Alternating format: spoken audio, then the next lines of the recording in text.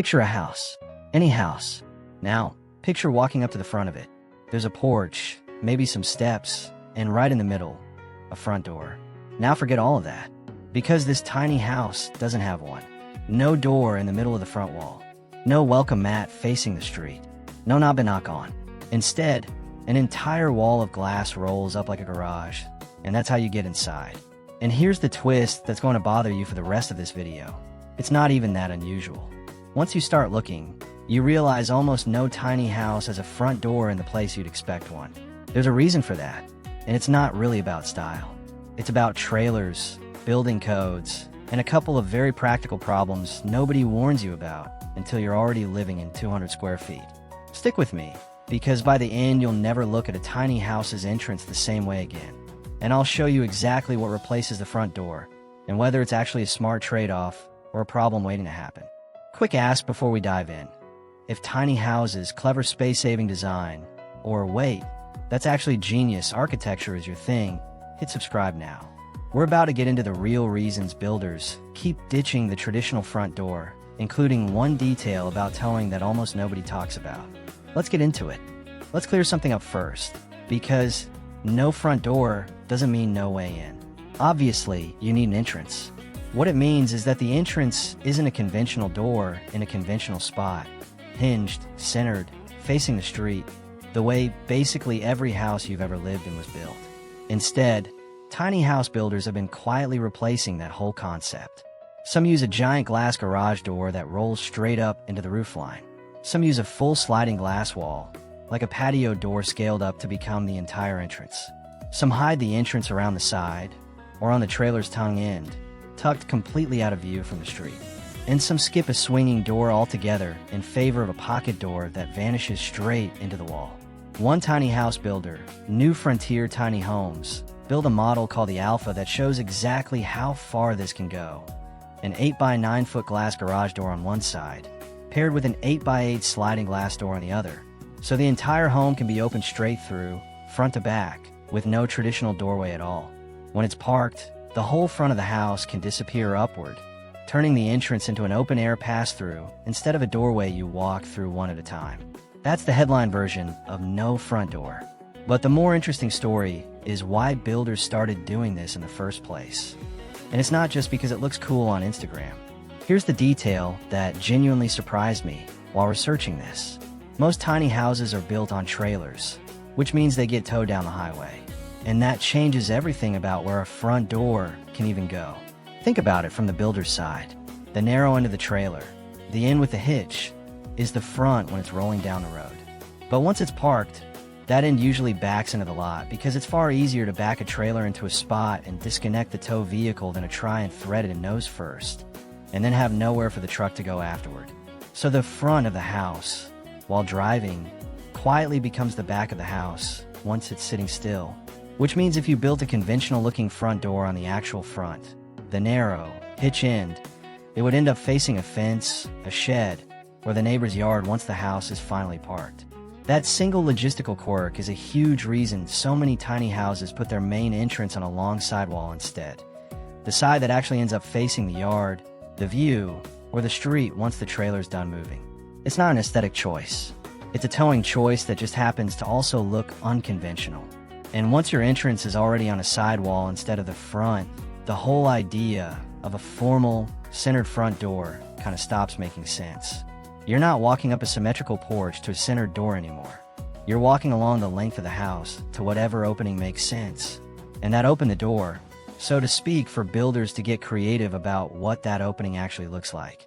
So once the entrance isn't locked into a traditional spot, why go with something like a rolling glass garage door instead of a normal door? 3 reasons keep showing up. First light.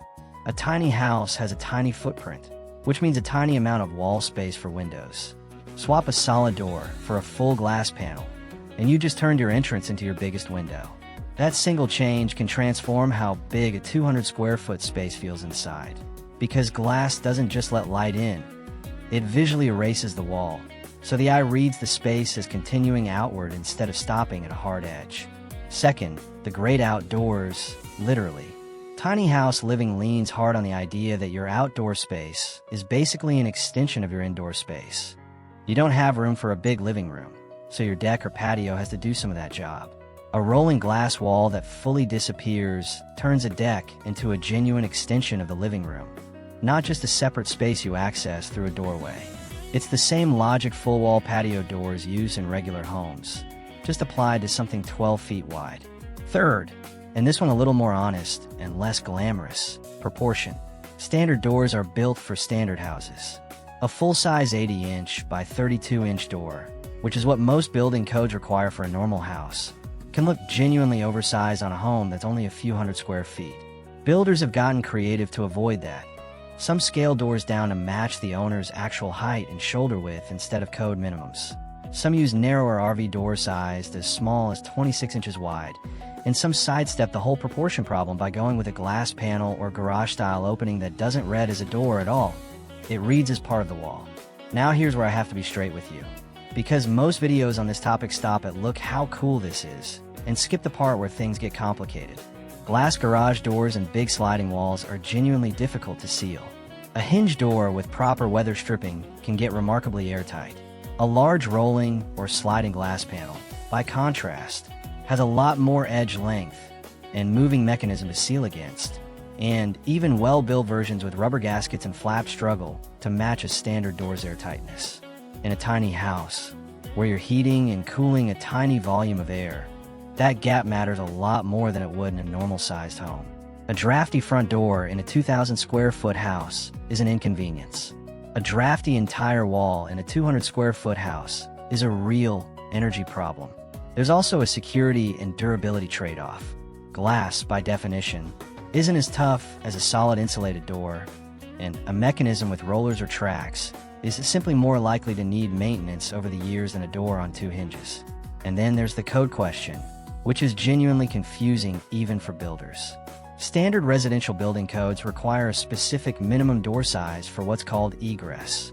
Basically, a doorway big enough for you to get out quickly in an emergency, and for larger furniture to get in during a move.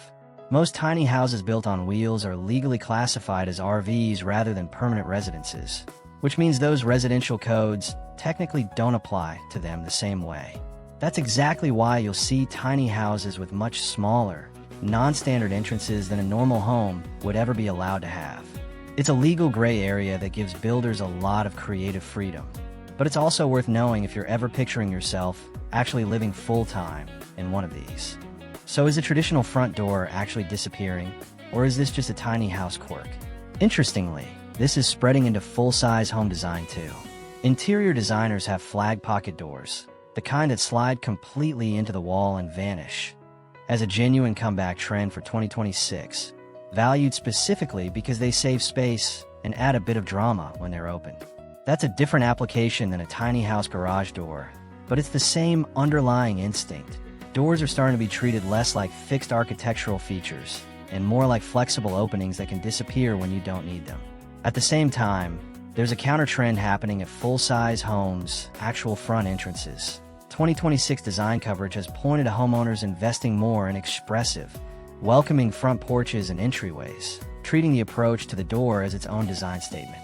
So it's not that doors are vanishing everywhere. It's more like a split. Tiny houses are minimizing or hiding the entrance to save space and maximize glass, while regular homes are doing the opposite, making the entrance a bigger, more intentional feature. Same trend, space and light, expressed in two opposite directions, depending on how much square footage you're working with. So, genius design, or just a workaround dressed up as style? Honestly, it's mostly both. The lack of a traditional front door in most tiny houses starts as a practical answer to a towing and space problem, and then builders lean into it, turning that constraint into some genuinely clever design. More light, more connection to the outdoors, better proportions. But it comes with real trade-offs in ceiling, security, and legal classification that are worth knowing before you fall in love with the aesthetic. If you want to see what it's actually like living day to day with one of these glass entrances, heating bills, privacy, all of it, that's exactly what we're covering next. So make sure you're subscribed and notifications are on so you don't miss it. Thanks for sticking around to the end. Drop a comment. Would you actually trade a normal front door for a wall of glass? See you in the next one.